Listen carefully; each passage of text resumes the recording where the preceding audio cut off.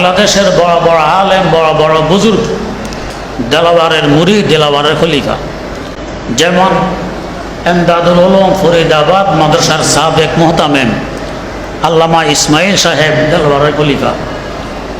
তাবলিগে জামাতের বড় মুরব্বী আল্লামা আলী আকবর রহমতুল্লাহ আলাই, দেলাওয়ারের খলিফা।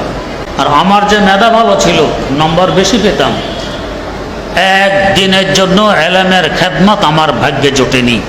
আমি হাল চাষ করে খাই। ভাইয়েরা, একটি কথা স্মরণ রাখি, ছাত্রকে সাধারণত আমরা শাগির্দ বলে থাকি।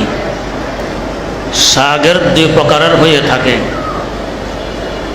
এক প্রকার হলো শাগির্দে আম, সাধারণ ছাত্র। সে মনে করে পড়ালেখা দায়িত্ব, পড়ালেখা করেছি, নম্বর ভালো পেয়েছি, পুরস্কৃত হয়েছি, বস এতটুকুই আমার জন্য যথেষ্ট।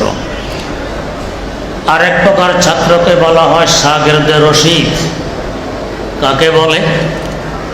যে মনে করে যে না, শুধু লেখাপড়া করলেই হবে না, আমার ওস্তাদকে আমার ভিতরে ঢুকিয়ে নিতে হবে। ওস্তাদের এলেম হবে আমার এলেম, ওস্তাদের আমল হবে আমার আমল, ওস্তাদের আখলাক হবে আমার আখলাক, ওস্তাদের মুআমালা হবে আমার মুআমালা।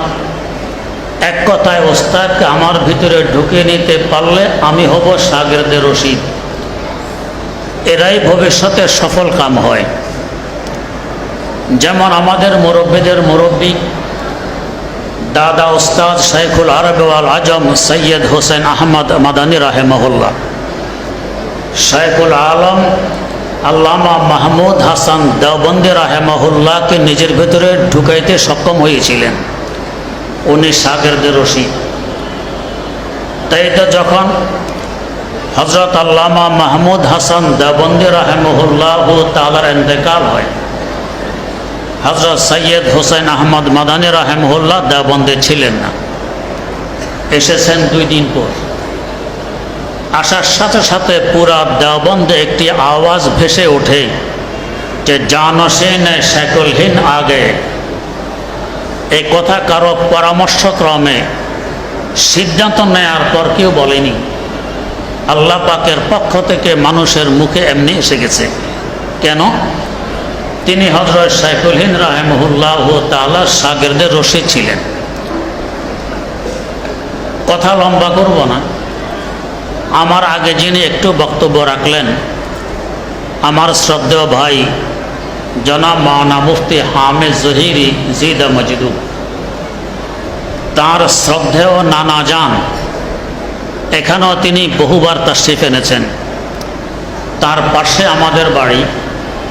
শাইখুল আরব আল আজম সৈয়দ হোসেন আহমদ মাদানী রাহিমাহুল্লাহ তাআলার বড় মাপের একজন খলিফা। তার সাথে আমার আগের সম্পর্ক, তিনি এবং আমার আব্বাজান ছিলেন খালাতো ভাই। আর এখনকার সম্পর্ক, তিনি আমার নানা শ্বশুর। তার একজন সাথীর সাথে আমার সাক্ষাৎ হয়।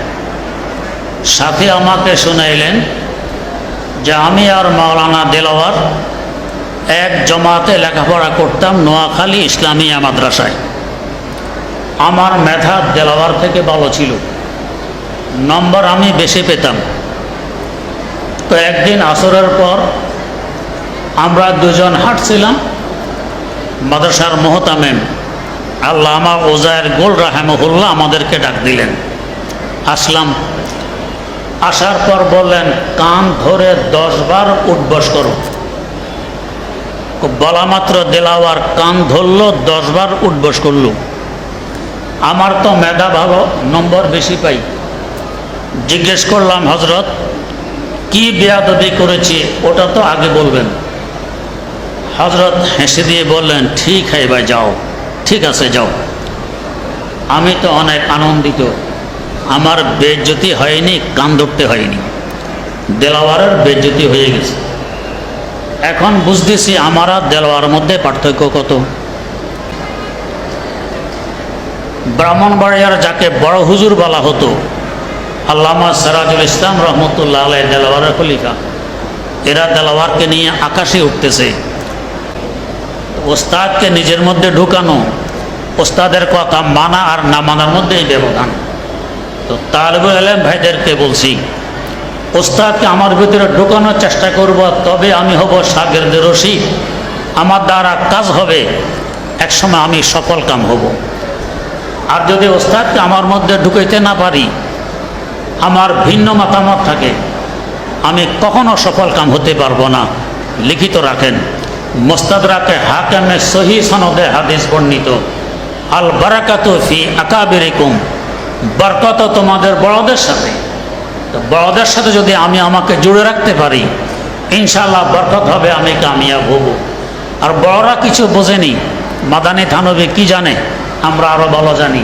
এটা আমার ধ্বংসের সিঁড়ি, নিশ্চিত আমি ধ্বংস হয়ে যাব।